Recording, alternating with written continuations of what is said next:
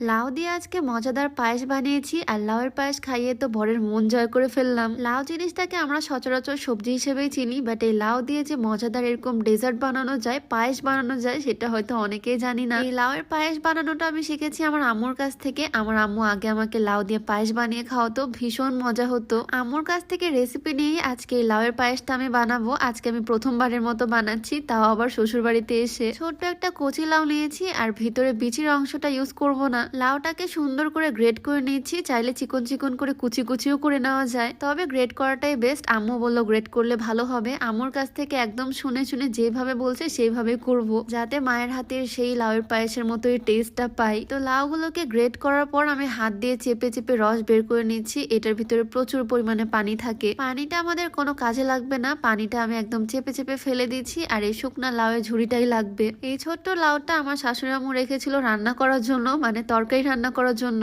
আমি যখন লাউটা নিলাম এটা দিয়ে পায়েস বানানোর জন্য, আম্মু তো শুনে পুরাই অবাক। যাই হোক, এখন দেখা যাক এই লাউয়ের পায়েস বানানোর মিশনে আমি কতটা সাকসেসফুল হতে পারি। তো একটা প্যান আমি চুলাতে বসিয়ে দিলাম আর বেশ খানিকটা ঘি দিলাম। ঘিয়ের মধ্যে দিলাম কিছু তেজপাতা, একটু এলাচ, আর তারপর আমি লাউগুলোকে দিয়ে দিচ্ছি। এই ঘিয়ের মধ্যে আমি ভালোভাবে লাউগুলোকে ভেজে নিচ্ছি, যাতে সবজির কোনো রকমের স্মেল না আসে। দারুণ একটা ঘিয়ের স্মেল আসবে এখান থেকে। আচ্ছা, তোমরা কি কখনো লাউয়ের পায়েস খাইছো? না খেলে কিন্তু ট্রাই করতে পারো, এটা বেশ মজা হয় আর এটা বানানো খুবই সহজ। এই লাউটাকে ভেজে নেওয়াই মেন কাজ। এখন জাস্ট পায়েসটা বানিয়ে নিব। পায়েস বানানোর জন্য এদিকে আমি ঘিয়ের মধ্যে লাউয়ের কুচিগুলোকে ভেজে নিছি আর এটাকে এখন এক সাইডে রেখে দিলাম। আর এখন আমি দুধটা জাল করে নিব। কিন্তু দুঃখের বিষয়, আজকে আমাদের বাসায় গরুর দুধ নাই। কি আর করার, কনডেন্স মিল্ক দিয়ে করব। যদিও কনডেন্স মিল্ক দিয়েও কিন্তু পায়েস অনেক বেশি মজার হয়। কনডেন্স মিল্ক দিয়ে করলেও বেশ মজা হয় সেমাই বা পায়েস খেতে। আমি পানি আর কনডেন্স মিল্ক মিক্স করে নিয়েছি। গরুর দুধের থেকে কোনো অংশে কম হবে না। দুধটা একটু বেশি করে অ্যাড করতেছি যাতে টেস্টটা ভালো আসে। আজকের এই লাউয়ের পায়েসটা বানাতে আমার বেশিক্ষণ সময় লাগেনি, 10 থেকে 15 মিনিট হলেই হয়ে যায়। জাস্ট লাউটাকে গ্রেট করতে যেটুকু সময় লাগলো।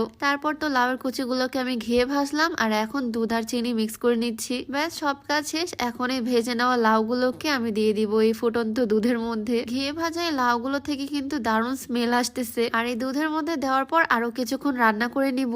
1 মিনিট আমি সুন্দর করে এটা নাড়াচাড়া করে নিলাম। আর তারপর দেখো, দেখতে একদম পায়েসের মতোই লাগতেছে। মানে দেখে কারো বোঝার উপায় নাই এটা যে লাউ দিয়ে তৈরি করা হয়েছে। আর একটু ঘন করার জন্য আমি আরো কিছুক্ষণ জাল করে দুধটাকে কমিয়ে নিচ্ছি। আর লাস্টের দিকে আমি কয়েকটা কিশমিশ উপর দিয়ে দিয়ে দিলাম। এই তো আমার লাউর পায়েস একদম ডান। দেখে কি মনে হচ্ছে বলো তো, খেতে কেমন হতে পারে? আমার তো মনে হচ্ছে দেখতে একদম আম্মুর পায়েসের মতোই হয়েছে। মানে আম্মুর রেসিপি ফলো করে আমি একদম সেম সেমই বানাতে পারছি, যদিও এটা অনেক ইজি ছিল। তো বানানোর সাথে সাথে আমি ছোট্ট একটা বাটিতে সার্ভ করে নিলাম। এটা এখন আমার হাজবেন্ডকে খাওয়াবো, দেখা যাক ও কি বলে খেয়ে। চুলা থেকে মাত্র নামালাম, ভীষণ গরম। এগুলো ডেজার্ট আইটেম, সেমাই পায়েস সবকিছু একটু ঠান্ডা করে খেলেই ভাল লাগে। কিন্তু আমি আর কমপ্লিমেন্ট নেওয়ার জন্য ওয়েট করতে পারতেছি না, তাই গরমটাই ওকে খাওয়ালাম। বেচারা গরম গরম খেতে পারতেছে না, তারপরও বললো বেশ ভালো হয়েছে। আচ্ছা, আরেকটা বিষয়, আজকে আমরা একদম ম্যাচিং ম্যাচিং কাপল আউটফিট পরেছি। আমি সুন্দর একটা শাড়ি আর ও সুন্দর একটা পাঞ্জাবি। কম্বিনেশনটা কিন্তু খুবই জোস, মানে একদম স্ট্যান্ডার্ড একটা কম্বিনেশন, ব্ল্যাক এর সাথে অ্যাশ। এই সুন্দর কাপল সেটটা আমি নিয়েছি ফাল্গুন ফেসবুক পেজ থেকে। তাদের পেজটা আমি ডেসক্রিপশনে মেনশন করে দিয়ে রাখবো, চাইলে ভিজিট করে আসতে পারো। তাদের পেজে আরো অনেক রকমের কাপল সেটের কালেকশন পেয়ে যাবা। যাই হোক, আজকে তো ছোট্ট একটা লাউ দিয়ে অনেকটা পায়েস বানিয়েছি, বাসার সবাই খাবে। আমার হাজবেন্ড যদিও মিষ্টি খাবার খুব একটা পছন্দ করে না, বাট ও এটা ভীষণ পছন্দ করছে। এই লাউয়ের পায়েসের রেসিপিটা তোমাদের কাছে কেমন লাগলো অবশ্যই কমেন্টে জানিও। দেখা হয়ে যাবে নেক্সট কোনো ভিডিওতে। সবাইকে আল্লাহ হাফেজ।